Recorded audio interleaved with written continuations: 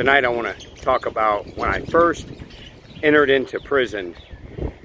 A couple years down the road, got a bunkie and got to know the guy real good. It's my brother.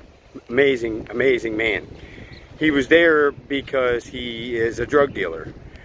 And he would tell me the stories of, you know, making a bunch of money and then spending it on clothes and going to fancy hotels and out to eat and all the different things that he used to spend this money on.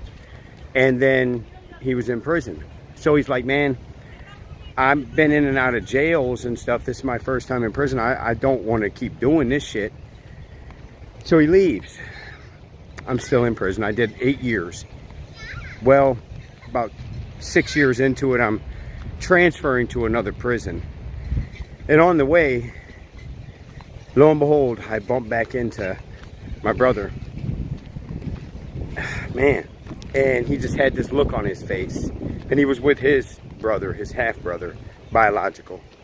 He's obviously not my biological brother. But, so they're together.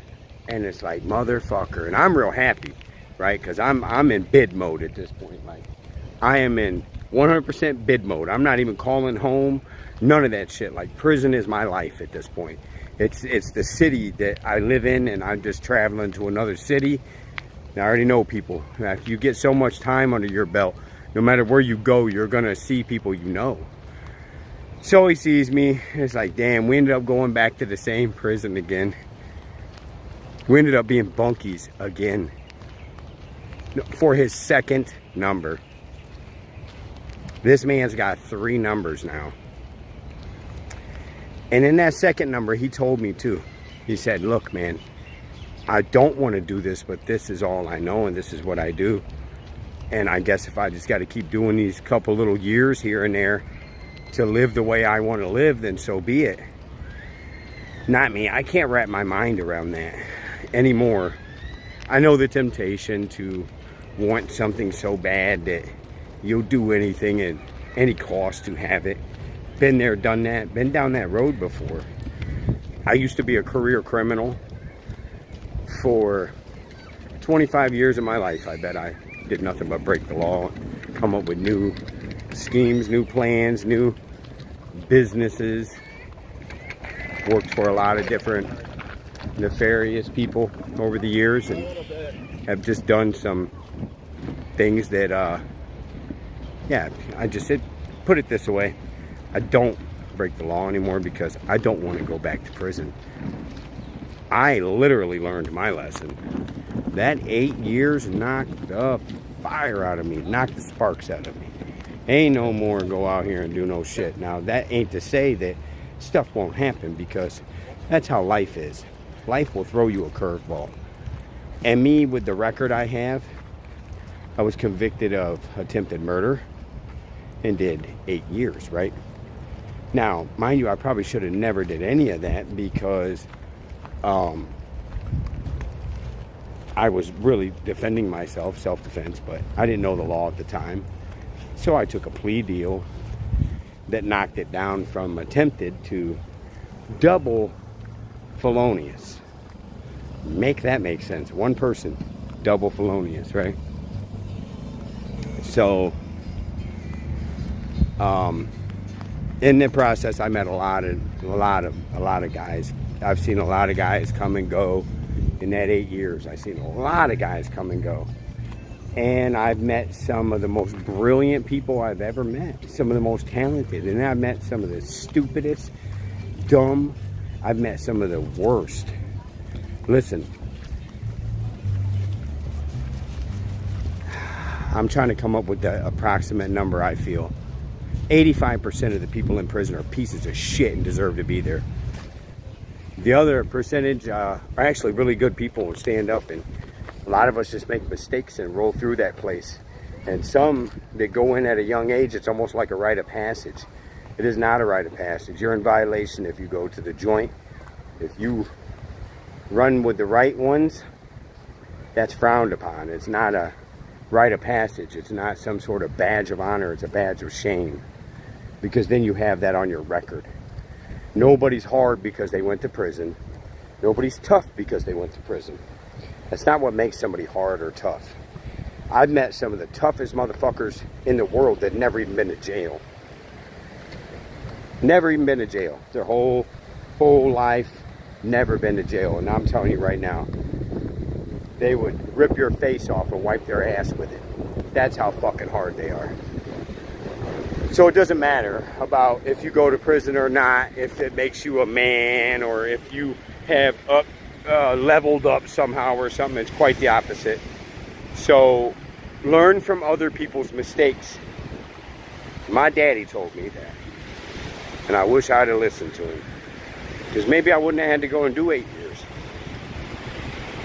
That was a long 8 years. But when it's over, it was like that. And in some ways, I'm happy that that happened, because it gives me the opportunity to bring these stories to you and to bring this message to you.